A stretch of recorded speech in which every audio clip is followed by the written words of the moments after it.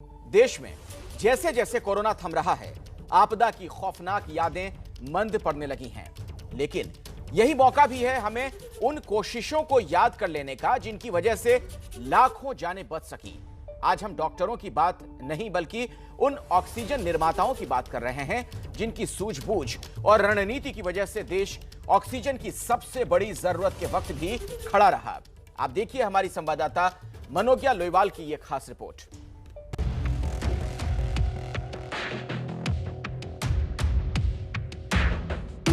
जब देश त्राही त्राही कर रहा था, क्या दिल्ली क्या मुंबई, देश का ज्यादातर हिस्सा ऑक्सीजन की मांग कर रहा था, तब अचानक एक नाम जोर शोर से सुनाई देने लगा। ओडिशा। जी हां, देश का सबसे बड़ा ऑक्सीजन उत्पादक राज्य। ओडिशा की सरकार एक ऐसी सरकार है जिसने पिछले कुछ महीनों में इतिहास रच दिया। ओडिशा एकमात्र ऐसा प्रदेश है जिसने अपनी ऑक्सीजन की आपूर्ति करके कम से कम 18 राज्यों को ऑक्सीजन सप्लाई भी की है, और ये आसानी से संभव नहीं हुआ है। इसे जमीनी स्तर पर कारगर करने के लिए हर संभव प्रयास किया गया है। ओडिशा के मुख्यमंत्री नवीन पटनायक ने इसमें अहम भूमिका निभाई। ओडिशा में एक टास्क फोर्स बना दी गई। इस टास्क फोर्स में 25 लोग शामिल थे। इसमें राज्य के बड़े अधिकारी मौजूद थे। अभी कुछ दिन पहले जब यास साइक्लोन आया तब भी ऑक्सीजन की सप्लाई नहीं रुकी। इसमें बड़ी भूमिका ऑक्सीजन उत्पादकों की रही। ओडिशा में 6 बड़े ऑक्सीजन के उत्पादक हैं। जिंदल टाटा के अलावा 4 छोटे उत्पादक यहाँ इंडस्ट्रियल ऑक्सीजन यानी कि औद्योगिक ऑक्सीजन का उत्पादन करते हैं। सीधे तौर पर मेडिकल ऑक्सीजन में इस्तेमाल करना संभव नहीं, इसीलिए इसे बदला जाता है, यानी कि औद्योगिक ऑक्सीजन से मेडिकल ऑक्सीजन का स्वरूप दिया जाता है। बताते हैं कि आखिर ये परिवर्तन होता कैसे है। एकमात्र ऐसा राज्य है जिसने 18 प्रदेशों को ऑक्सीजन सप्लाई की है। 1000 टन यानी कि इतनी ऑक्सीजन लगभग इसके पास हमेशा राज्य के पास स्टोरेज में रहती है। ये ऑक्सीजन है और इसी ऑक्सीजन को जब सिलेंडर में भर दिया जाता है तो न जाने कितने मरीजों की कोविड काल में जान बचा ली जाती है। लेकिन कैसे किया है ओडिशा ने ऐसा?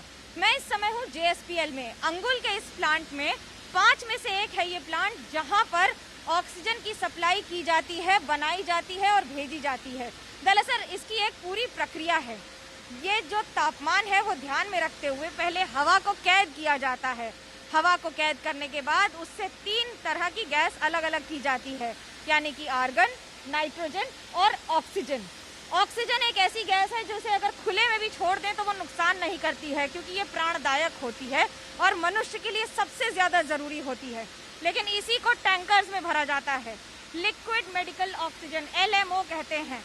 राज्य में ऐसे कई सेंटर्स बने हुए हैं जहां पर इन्हें भरा जाता है। जैसे कि इस प्लांट में इसको पहले सेव किया जाता है, उसके बाद सिक्योर करके रख कर अब आप ये गैस के इस पाइप में जो ये बर्फ देख रहे हैं वो इसलिए क्योंकि इसका तापमान माइनस में है, जिसकी वजह से ऑक्सीजन को यहाँ से कई केंद्रों में रख दिया जाता है और उसके बाद बाकी इलाकों में सप्लाई किया जाता है। यही ऑक्सीजन जब बाकी जगह पे सप्लाई हो जाती है तो उन्हें क्रायोजेनिक टैंक में रख के फिर वेपर के फॉर्म में यानी लिक्विड तरल पदार्थ से उसे हवा के वेश में, हवा के पूरे बनाकर फिर ऑक्सीजन सिलेंडर्स में भर के भेजा जाता है। दरअसल इसमें 2 बातें ध्यान रखी जाती हैं कि सिलेंडर की सप्लाई जितना जल्दी पहुंच सके, यह ओडिशा ने बखूबी किया है। और जितने भी इस तरह के स्टील प्लांट्स हैं उनके जरिए गैस को बनाकर मैन्युफैक्चर करके स्टोर करके पहुंचाना अपने आप में एक काबिले तारीफ काम है। लेकिन आखिरकार स्टील प्लांट ही क्यों? स्टील प्लांट इसलिए क्योंकि स्टील को ज़रूरत होती है ऑक्सीजन की, स्टील को प्योरीफाई और गलाने के लिए। ऐसे में सबसे आसान है स्टील प्लांट से ऑक्सीजन लेकर मेडिकल स्वरूप में तब्दील करके पहुंचाना। लेकिन जब यही मेडिकल स्वरूप कोविड के अस्पतालों में पहुंचता है तो पेशेंट्स की जान बचा लेता है। ये खुला आपको जो ऑक्सीजन दिख रहा है इसकी भले ही कीमत कुछ ना हो, लेकिन जब ये सिलेंडर में भर के मरीजों तक पहुंच जाता है तो न जाने कितने लोगों की जान बचा लेता है। Camera person. हमारा जो स्टील मेकिंग का जो प्रोसेस है उसके अंदर में ऑक्सीजन की रिक्वायरमेंट होती है। बहुत प्योर ऑक्सीजन, हम लोग 99% प्योर ऑक्सीजन रिक्वायर्ड है, जिससे कि हमारा जो ब्लास्ट फर्नेस से जो हॉट मेटल आता है उसमें हाई कार्बन होता है, उसको हम लोग बेसिक ऑक्सीजन फर्नेस में ऑक्सीजन ब्लो करके सुपरसोनिक जेट बना करके उसको हाई वेलोसिटी में ऑक्सीजन हम लोग ब्लो करते हैं और उस कार्बन जो उसको रिड्यूस करते हैं और लो कार्बन ग्रेड स्टील हम लोग बनाते हैं। जरा सोचिए, इस ऑक्सीजन का तापमान -183 डिग्री सेल्सियस होता है और ये आसान नहीं होता है।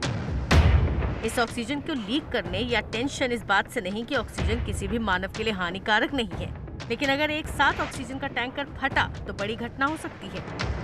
कोविड जैसे पैंडेमिक के साथ जूझने के लिए उड़ीसा को ऑक्सीजन कैपिटल बनना है। हमारे राज्य में हर कोरोना के जो विक्टिम हैं उनके पास ऑक्सीजन पहुंचे और दूसरे राज्यों में भी कोई भी ऑक्सीजन के कारण मौत ना हो, इसके लिए बहुत सारे प्रदेशों के हमने ऑक्सीजन दिया। बहुत सारी चीज़ों को ध्यान में रखा गया। सब इंडस्ट्रियल ऑक्सीजन प्रोड्यूसर्स को मेडिकल ऑक्सीजन में तब्दीली की गई। उसके बाद जो भी हमारे ट्रांसपोर्टेशन का व्यवस्था है, वो टैंकर्स सब were flown in from different places to Bhubaneswar and filled containers were transported through highways. हमारे पास हाईवे पेट्रोलिंग पुलिस प्रशासन की टीम रही जो पूरा ग्रीन कॉरिडोर से ये ऑक्सीजन को दूसरे प्रदेशों में पहुंचाया। ये सब को लेके एक मूलभूत संदेश हमारे प्रिय मुख्यमंत्री ने दिया कि हर जीवन अमूल्य है और उड़ीसा प्रदेश पूरे देश के साथ ये कोविड जैसे महामारी के साथ जूझने के समय पूरे देश के साथ है। ऑक्सीजन का इस्तेमाल होता है वो 99% प्योर मानी जाती है और मेडिकल ऑक्सीजन के तहत उसे एकदम सक्रिय माना जा सकता है। लेकिन ये भी ध्यान में रखा जाता है कि ऑक्सीजन एक ज्वलनशील पदार्थ है, इसकी वजह से हो सकता है कहीं भी आग लग सके। ऑक्सीजन के खुल जाने से, लीक हो जाने से तो नुकसान नहीं होगा, लेकिन अगर ये समय पर सही जगह नहीं पहुंची तो कई जान को जाने का नुकसान जरूर हो सकता है। अपने अस्पतालों में ऑक्सीजन की आपूर्ति और उसके बाद बाकी राज्यों में भी आपूर्ति दरअसल उड़ीसा ने टर्न अराउंड टाइम कम कर दिया। यानी कि अगर एक ऑक्सीजन के टैंकर को 30 किलोमीटर प्रति घंटे की रफ्तार से उड़ीसा से महाराष्ट्र जाने में 3 दिन लगते थे और 3 दिन आने का समय, तो करीब 7 दिन का समय सिर्फ एक टैंकर पर खप जाता था।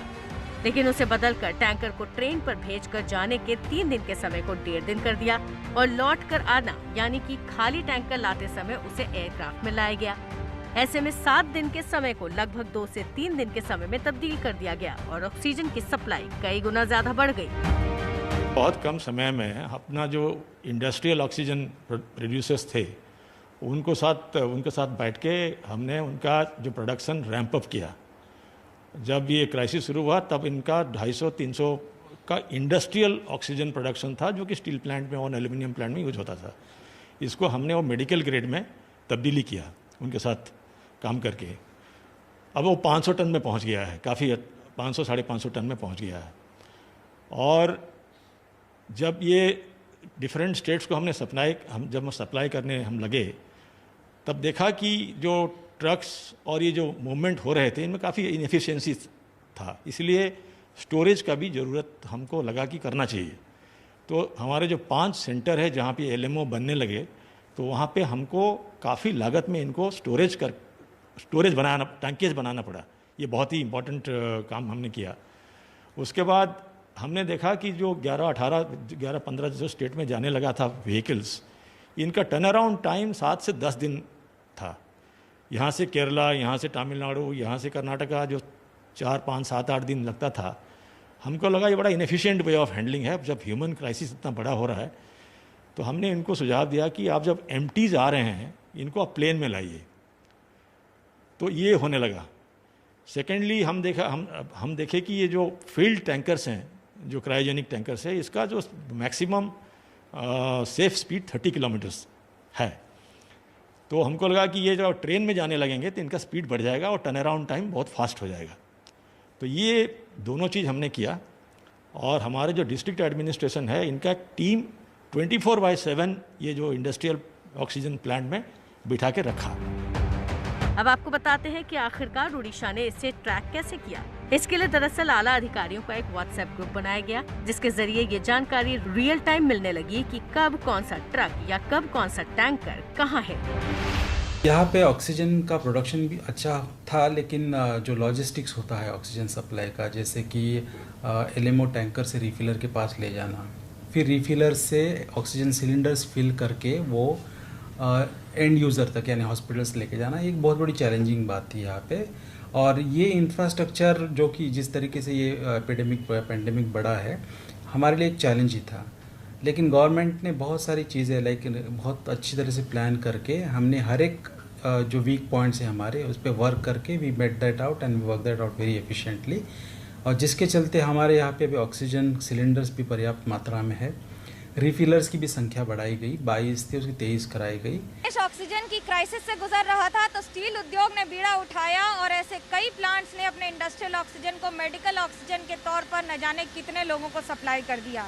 घाटा और मुनाफा तो बाद में आएगा, लेकिन ये ध्यान रखा गया कि सबसे पहले देश हित आगे, और देश के लिए, अगर देश की जनता के लिए देश की ज़रूरत के समय काम ना आए तो फिर देशवासी कैसे। आखिरकार इसी से कहते हैं make in India, made in India, made for India. Camera person Suraj Pandey के साथ मनोज्ञा लोईवाल, अंगुल, ओडिशा, एबीपी न्यूज।